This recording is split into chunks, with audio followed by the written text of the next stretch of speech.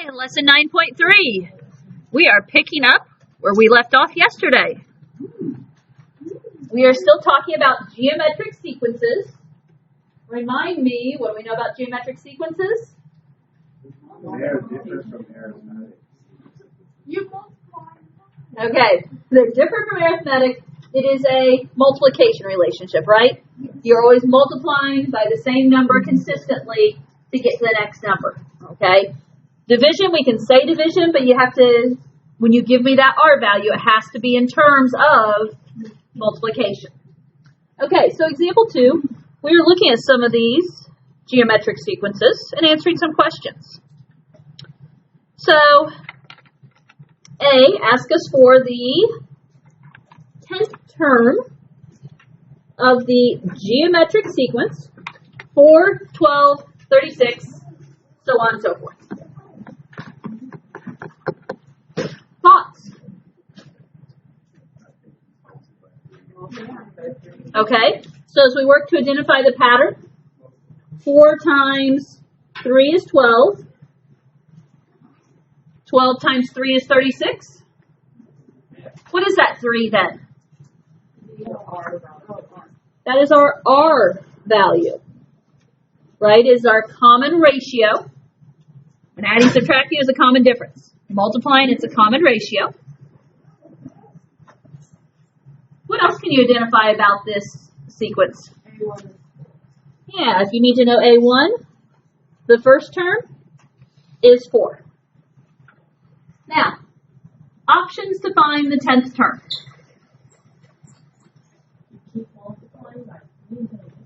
Okay, is that a valid option? Keep multiplying by 3 till we get there. Based on the fact that we have 3 terms and we're only going up to the 10th term, I'd say that's a valid option. Okay? I'm going to play the game, and I'm not against that, but what if I was asking you for the 100th term? Is that what you really want to do? Okay? What's our other option then, Kendra? Okay, explicit definition, right? Explicit definition can find any of these answers. Okay, so if you go up top, there's an explicit definition listed, isn't there? And it is A of n equals A1 times R to the n minus 1. So what does that look like for our formula? If we're trying to fill this in, A of n is going to be, what's A of 1? 4 times R, which is 3, to the n minus 1. Now, I'm going to give you a heads up. You're going to want calculators today. And make sure you guys are following along in the notes with me. Not on the iPad, because I'm not on the iPad. Be in the notes with me, please. You'll have time later. Nothing else tonight to do homework. Okay. How do I find the 10th term if we're using the formula? Plug 10 in for n, right? So this is going to be A of 10, which is 4 times 3 to the 10 minus 1 officially. Mathematically, what should we do there? 10 minus 1 is 9. So this is going to be 4 times 3 to the 9th. There's a right way and a wrong way to do this. Depending if you want the right answer, of course. Okay?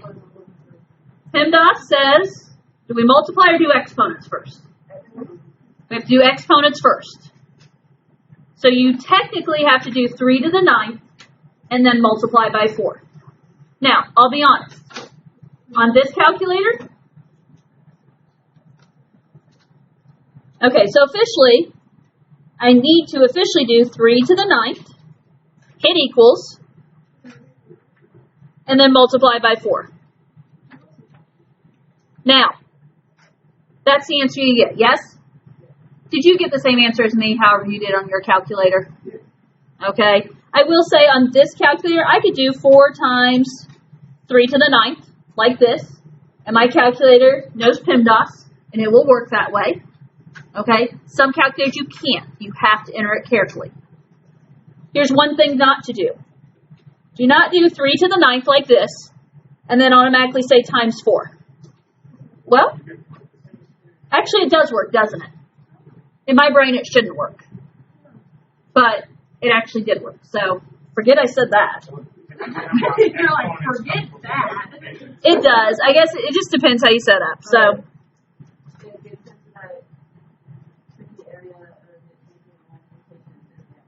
yeah. Okay, guys. 78,732. Finally, 7th graders to report to your testing rooms, please. Okay. Are we good with A? Okay, let's try B. And you'll notice these terms are kind of mimicking what we did in the arithmetic lesson, yes? There's similar questions. We just have to tweak how we think about it, what formula we use, all of that. So B wants to know the second and third terms of the geometric sequence. Notice they told me geometric. 2, comma blank, comma blank, comma negative 54. I'm going to do the same thought process I did last time. Some of you are going to finagle your own way through this. Your call. But I'm going to follow the same type thing we did last time. Okay? In that, how do you get from 2 to the first blank? You multiply by some number. We don't know that number yet, but we're going to call it R.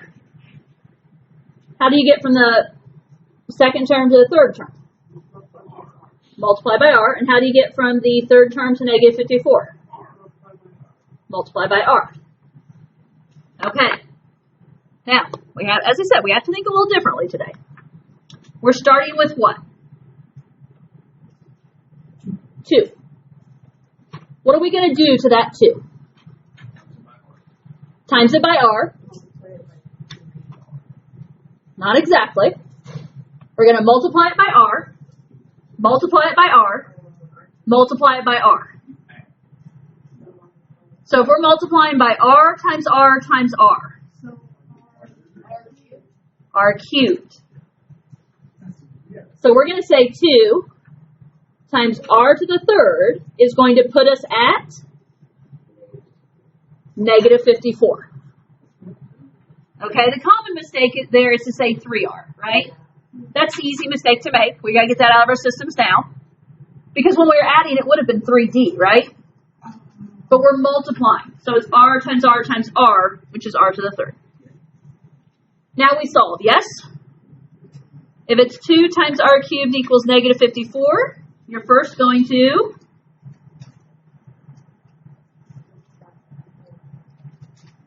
divide by 2. And when we divide by 2,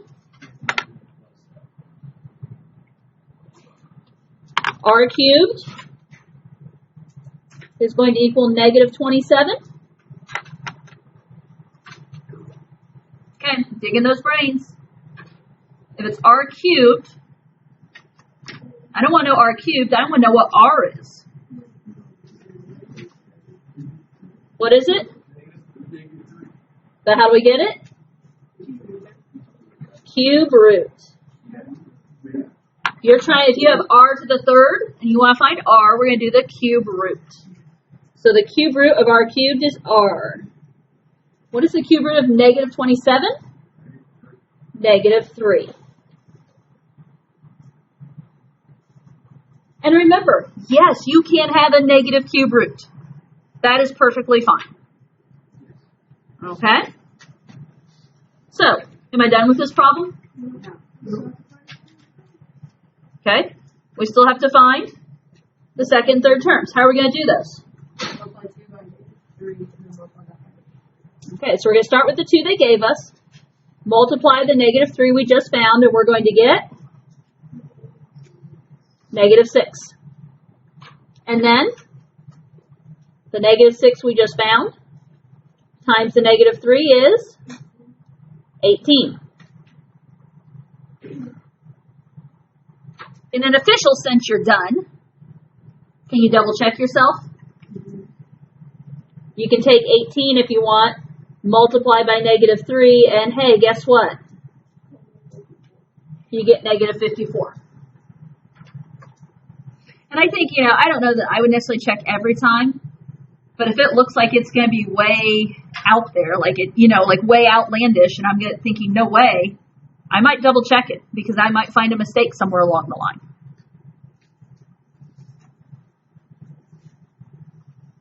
Okay, got it? Okay, C. C wants to know the second term of the geometric sequence, 3 blank 12.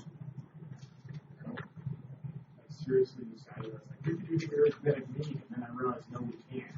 So, We cannot do the arithmetic mean because the arithmetic mean only works for arithmetic sequences. We'll talk about geometric mean here in a little bit. Okay? we can't use the geometric mean now? When we learn the geometric mean here in a moment, we can use it. Okay? I haven't officially taught it, and the formula is different. Okay? What are you going to say, Carter? I have a question because, obviously, I don't think it's super hard, but do we know if that term in the middle, or if our R term is negative or not? Uh-huh. We can tell? Mm-hmm. Okay. That's why I use the formula here. No, I'm saying this one right here. Oh, we'll talk about that here in a moment. Oh, sorry, I thought we were on to the next one. Okay. No, I didn't understand. Yeah. Okay. Yeah. I didn't comprehend that question. So let's look at this one. Yeah. You're beating me to it. I'm with you now. Okay, so second term of the geometric sequence. Yeah. Think about it similar to what we did last time. In that, how do we get from 3 to the blank?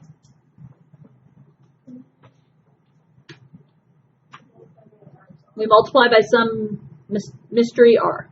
How do we get from the blank to 12? Multiply by that same mystery number R. So, if I set up an equation here, what's my sequence begin with? 3. What am I going to do to that 3? Times it by R, times by R. R times R is R squared. After I multiply by R squared, what am I going to get to? 12. So the equation I'm working with is 3R squared equals 12. Do your basics. To solve for R, we're going to divide by 3. R squared is 4. And then what? Yeah. Last time it was R cubed. We took the cube root. This time it's R squared. We're going to take the square root. The square root of R squared is R. What's the square root of 4? Officially, when you're solving an equation, you take the square root in an equation format, we need to say plus or minus 2. Now, what this means is we don't really know enough about this sequence to know if R is positive or negative. Because when we're multiplying, we only know the first and the third term. If you're multiplying by a negative, what happens? Every other term is negative, yes?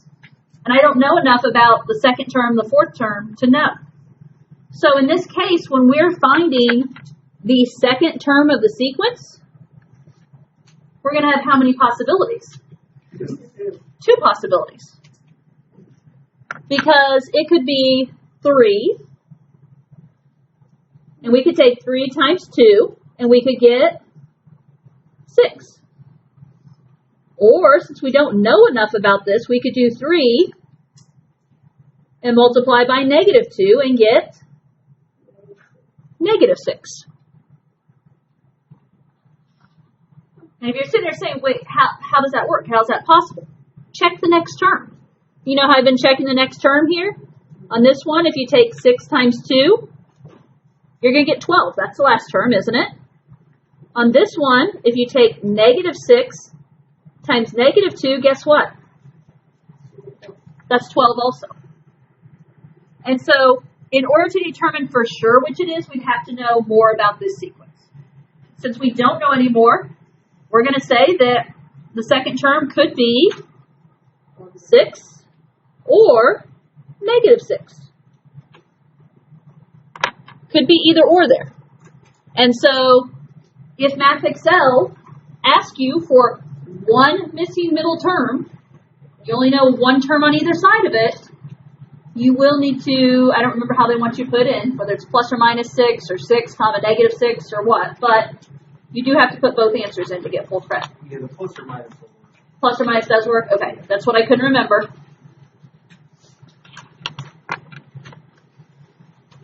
Okay, backside. I think I'm going to flip the order of the backside, if I recall, because you guys were on the ball and you brought it up. I am going back up to example 3, but work with me on example 4 for a moment. Okay, I had the suggestion on that last problem we just did. Oh, let's use the arithmetic mean. Oh, arithmetic. It doesn't work, right? However, we do have something called the geometric mean. And, sorry, I gotta scoot this down a little bit. So, different formula. The geometric mean is still the middle term of two terms, right? So the geometric mean of two positive numbers is plus or minus the square root of xy. Didn't we just talk about why it would be plus or minus? We don't really know enough, do we? Okay. In a geometric sequence, the middle term of any three consecutive terms is the geometric mean of the other two terms. So, let's look at A real quick. What are the possible values of the missing term of the geometric sequence 48, comma blank 3? Notice what it says here. Did you catch it says possible values? That's kind of your hint. What am I going to use to do this? We're going to use that geometric mean of plus or minus the square root of xy. Which means, what am I doing in this specific problem? Yeah, we're going to plug in 48 and 3. So plus or minus the square root of 48 times 3. 48 times 3 is 144. And we know the square root of 144 is 12. So what are my possible values here? Plus or minus 12. So if they talk about the geometric mean, it's that easy, yes? Okay, B. The 9th and 11th terms of a geometric sequence are 45 and 80. So we got the 9th is 45. The 11th is 80. What are the possible values for the 10th term? There's your visual if you need that visual, right? The fact that they give you 9th and 11th and 10th is in the middle. So what are you doing here? Plus or minus the square root of what? 45 times 80. You guys know why I said to grab the calculators now, right? 45 times 80 is 3,600. What is the square root of 3,600? 60. So what are my possible values here? Plus or minus 60. Yes? For the test of these equations they gave us. Probably. I feel like I usually in this chapter have a formula page that either I have a formula page or I put them on the test, one of the two. I feel like I have a formula page that has all these different things on it. Okay, you guys ready for me to skip up to example 3? Probably not. It's moving so quick that, so. Carter? Do we not have to find a R on these? No, it didn't ask for R in this case. It just wanted the missing term. Okay. So, not to say you couldn't have found R in the process, like what we did on the front page, but you don't have to. Okay. Example 3. Your math teacher is having issues counting, so we're going out of order today. Not really. I just want to go out of order. Okay. And so, think word problem here. When a ball bounces, the height of consecutive bounces form a geometric sequence. So they gave me 100 centimeters blank, 49 centimeters, and then 343 tenths centimeters. Okay? So they gave us what? They gave us the first. They didn't tell me the second. They told me the third and the fourth. And of course, they didn't tell me the fifth or anything thereafter. And what does that first question ask? The heights of the second and fifth bounces. So, thoughts on how you want to find the second bounce, or the height of the second bounce, or the height of the fifth bounce. And there are several different ways we can think this through. So I'm open to options here. Carter? I know we just learned it, but could we use geometric mean and just take the first two seasons, or our first, three numbers, but 1 and 3, and just do it with that and try and find it out that way? Okay. What could the geometric mean find for us? It could find us the second one, couldn't it? And would that maybe be helpful? I mean, obviously, it's one of our answers. And it might shed a little bit of light of how we're going to get to the fifth, couldn't it? So, I like that idea. Okay. I'm not against it. I did just go out of order on the notes on purpose, so. So, for the second bounce, you can use the geometric mean if you'd like. And I'm all for that, which means my geometric formula is plus or minus the square root of xy. So it's going to be plus or minus what?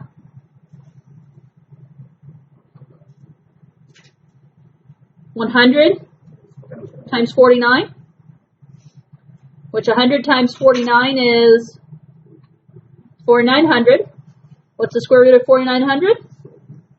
70. So I have my answers as plus or minus 70.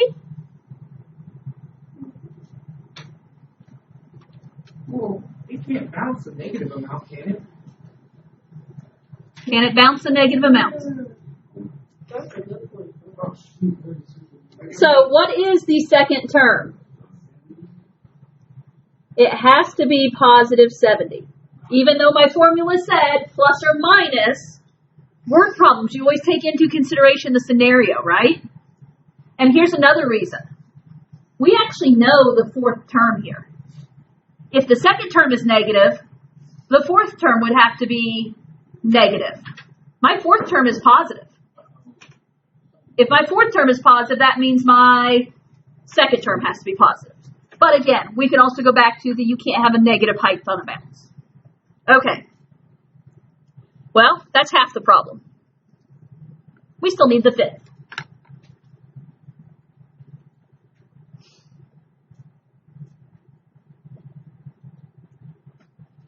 Your thoughts, Kendra?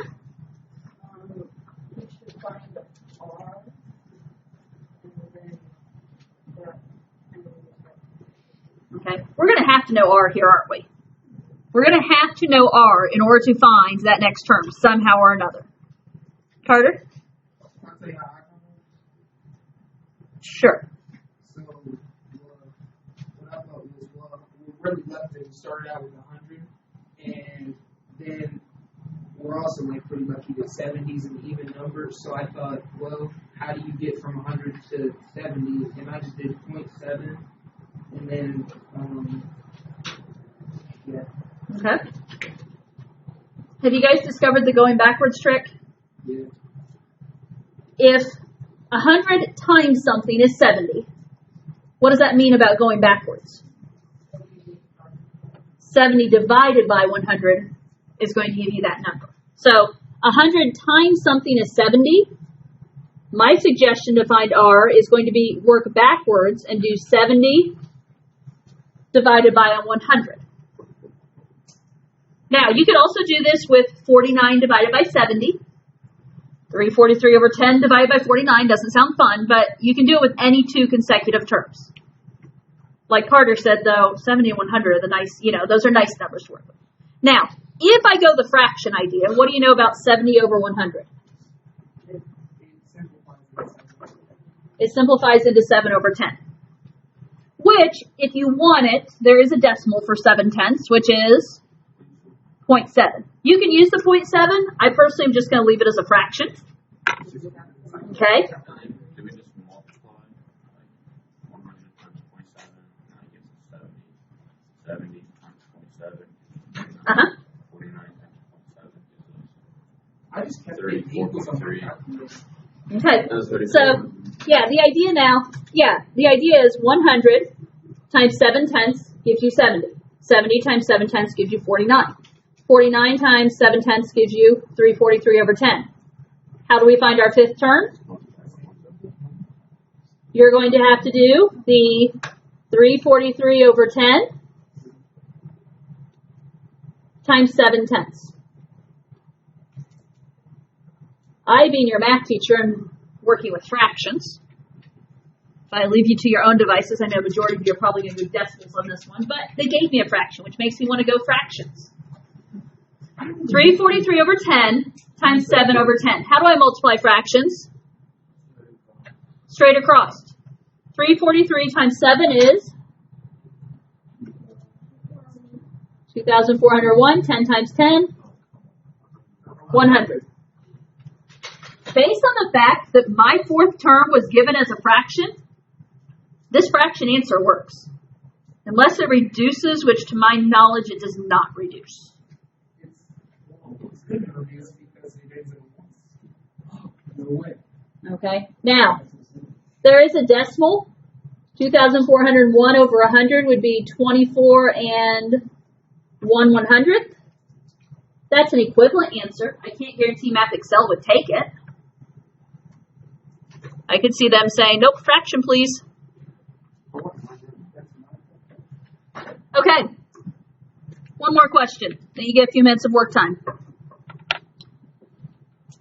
What is the height of the 10th bounce? And they're kind of giving you a hint there. Because it says, did you use the recursive or explicit formula? I mean, we have two options here.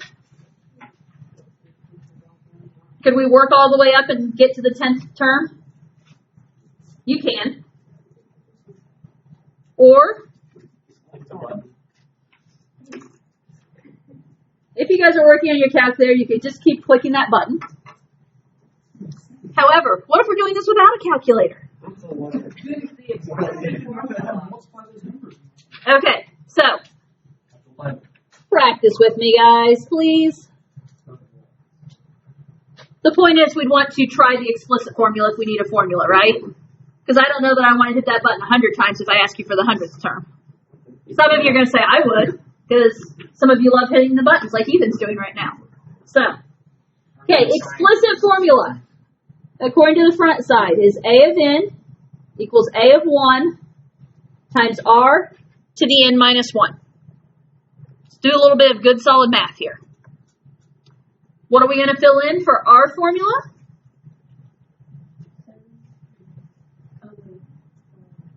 What was A of 1? 100 times R, which is? Cyrus said 0.7. I wrote 7 over 10. Same thing, right?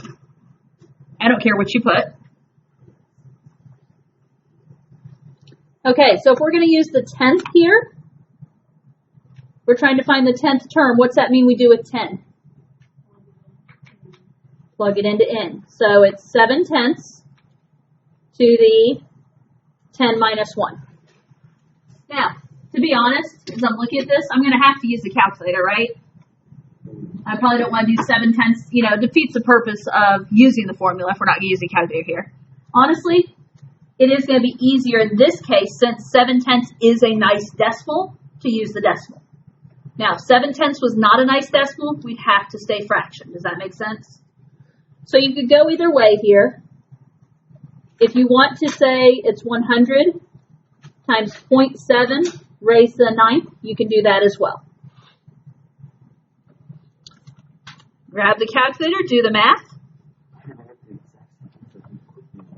So if I do 100 times, and actually if I do fraction, 7 divided by 10 like that, raised to the 9th, it works. Same as you guys doing 0.7. You get a fun long decimal, don't you? Oh, yeah, that's a huge Yeah, but learn how to round. So 4.0353607 is what my calculator says. What is the approximate height of that 10th bounce? 4.04. I have 4.0 written down.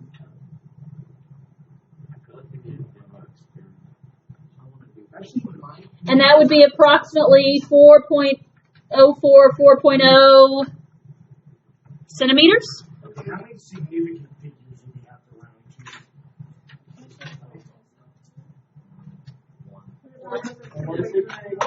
I don't know how to do CP. Well, then get rid of the 0.0 and you have 1.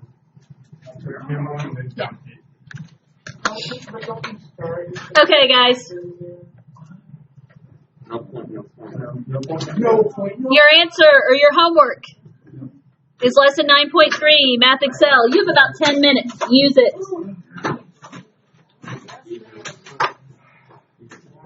My finger hurts. I'm just clicking the same button. Why? Just scroll up. Just scroll up. I don't think you'll figure it out.